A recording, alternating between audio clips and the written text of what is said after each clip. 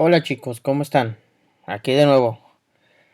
Ahora vamos a revisar este apartado que le confiere a microbiología y parasitología en esta larga segunda unidad infinita. Pareciera que nunca vamos a acabar. Vamos a ver qué sucede. Bien chicos, entonces antes de iniciar la cita del día de hoy. Y este escritor latino, Ciro, propone este pensamiento. Pronto se arrepiente el que juzga con prisa. Creo que acá está claro lo que dice y lo hemos platicado en repetidas ocasiones en clase.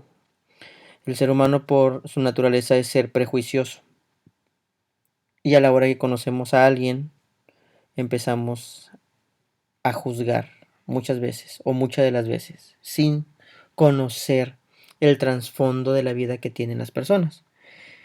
Entonces hay que tener cuidado porque muchas veces podemos herir a estas personas. Hay que evitar eh, ser juzgar a los demás.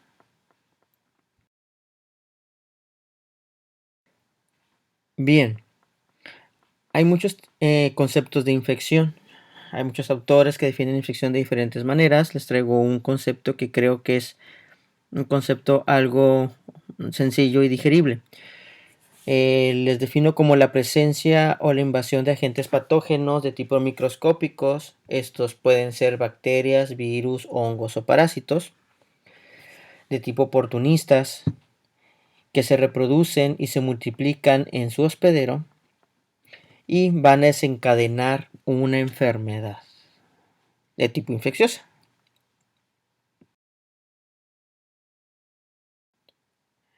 Existen diferentes factores que van a determinar esta infección y esto abarca desde estructura genética, un árbol genealógico rico en infecciones, pues nos acarrea infecciones. La raza, nos vamos a dar cuenta luego que hay enfermedades que están más ligadas a la raza negra, a la raza blanca y tiene mucho que ver. Otra es la edad.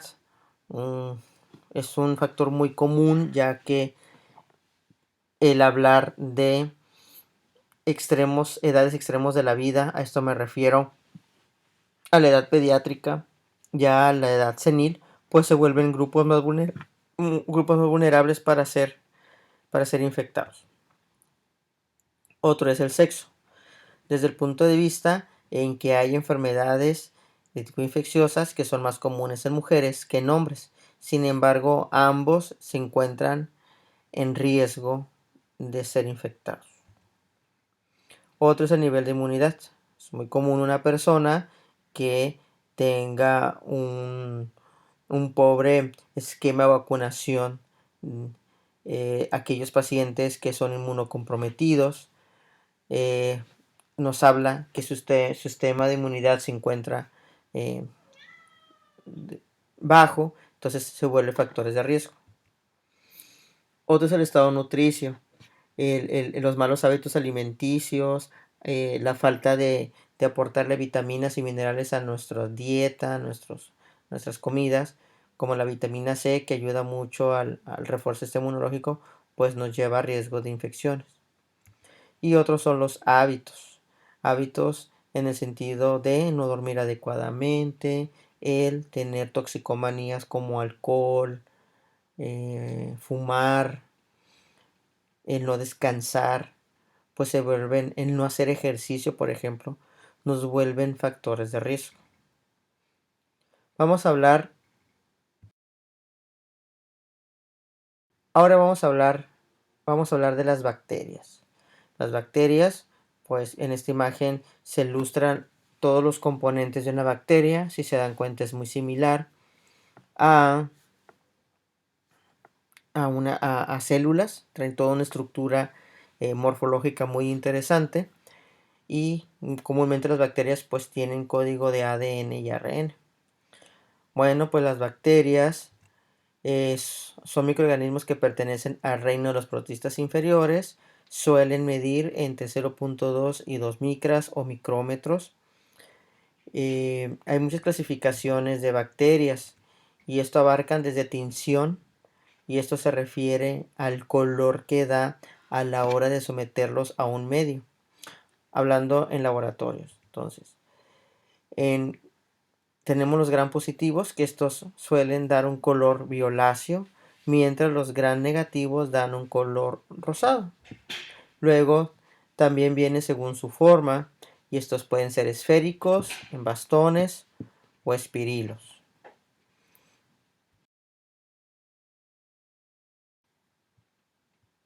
En esta diapositiva les muestro las formas esféricas, los bastones y espirilos, como los podemos percibir a la hora de llevarlos a microscopio. Luego nos encontramos otros tipos de bacterias con otras morfologías, que suelen ser bacterias droga resistentes. De entre los ejemplos que se destacan en las bacterias según su forma de tipo esféricas, pues tenemos los estafilococos, estreptococos y neumococos.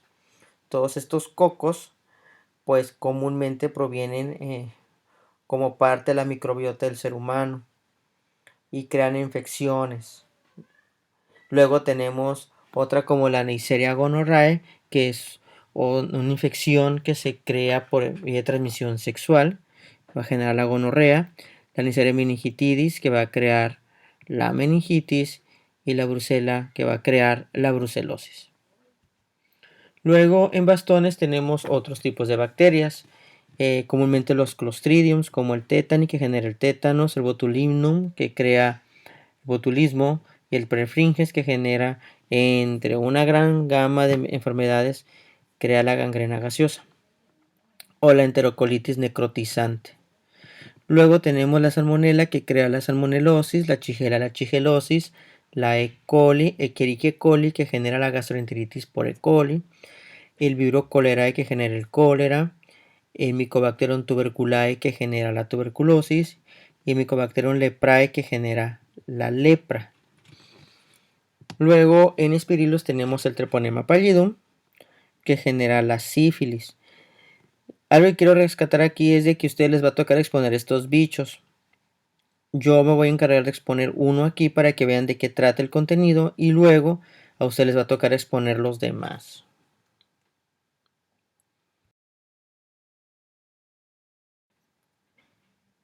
Luego, hablando de virus, hay diferentes formas de virus.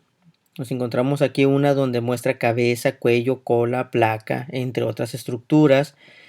Comúnmente los virus, pues como igual que las bacterias, tienen un código genético rico en ADN o ARN.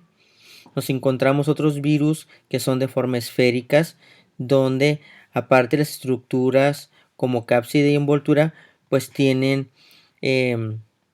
unos pseudópodos, unos brazos, que se le llaman glucopéptidos, y estos ayudan a poderse adherir a la célula. A eso me refiero con estas como la hemaglutinina y la neuraminidasa. Estos le ayudan a pegarse a la célula, adherirse a la célula, poder tener comunicación, robar información genética y que se puedan reproducir. Entonces, los virus pues se reproducen dentro de la célula. ¿Qué significa esto? Que si no hay célula, los virus no pueden reproducirse, entonces fácilmente mueren, no como las bacterias. Las bacterias, mientras tengan un ambiente idóneo, con eso es suficiente. Otra característica es que los virus atraviesan filtros de porcelana, o sea que son tan microscópicos que pueden atravesar muchos medios de protección, y no se desarrollan en medios artificiales de cultivo, ya que como requieren de la célula, pues estas, al no tenerlas, pues mueren con facilidad.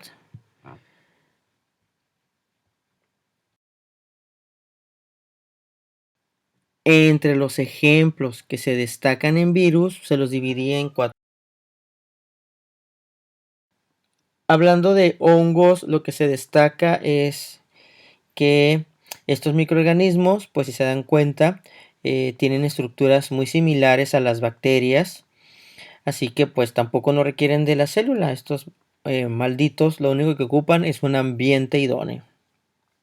Un ambiente que esto es humedad y que no les pegue el sol, porque son fotosintéticos, o sea que si les toca el sol se mueren. Entonces si no tienen luz, mejor para ellos. Si se dan cuenta, hasta tienen un flagelo también, una colita que les ayuda a poder movilizarse, muy similar a lo que lo mirábamos en bacterias. Aparte tienen unos vellosidades llamados pilis. Estos pilis les ayudan a unirse, a formar ramificaciones. Bueno, los hongos entonces son microorganismos pertenecientes al reino de los protistas superiores y no fotosintéticos. Ya les había comentado esta característica. Aparte, les mencionaba que estos pilis van a unirse, estas vellosidades van a unirse, hongos con más hongos, muchos más hongos, hasta crear una población fúngica, hasta formar estos ramificaciones en forma de racimo de uvas, y a esto se le llama micelo. Existen diferentes tipos de hongos, como la micosis y la tiña. En sí los hongos son microorganismos que salen como en alimentos que están en putrefacción, son tipos de hongos.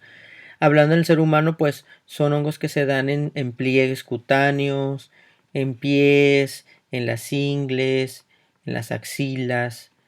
Ajá. Y estas están muy comúnmente relacionadas a la mala higiene.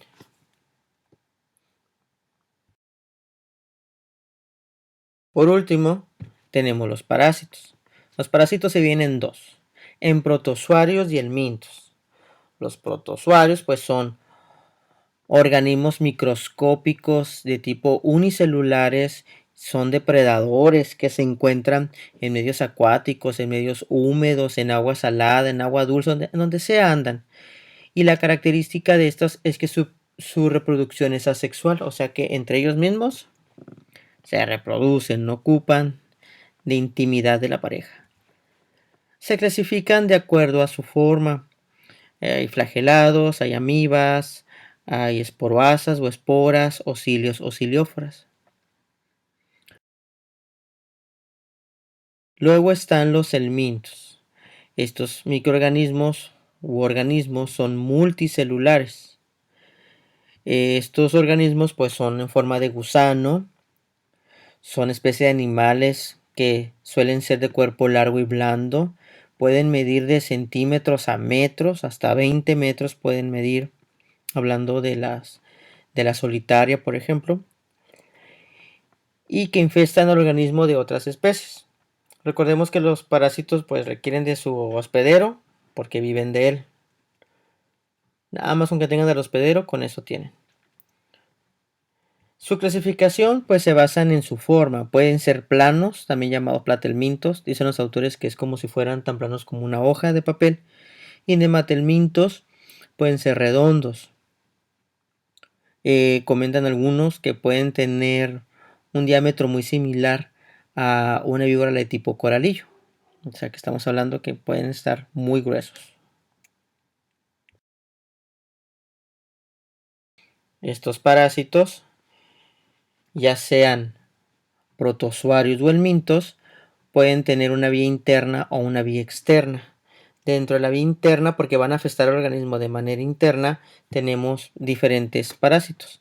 La Yardia lamblia, que crea la enfermedad llamada yardiasis, la tricomoniasis la tricomona que genera la tricomoniasis, la entamoeba histolítica que va a crear la amibiasis o también llamada amiba libre, la Ascaris lumbricoides que va a crear la ascariasis, eh, vulgarmente conocida como lombriz intestinal, la Taenia solum y la Taenia saginata que van a crear la enfermedad llamada teniasis, vulgarmente conocida como solitaria, y el Sarcopsis scabiei que va a crear la enfermedad llamada la sarna humana, también se llama escabiasis o escabiosis.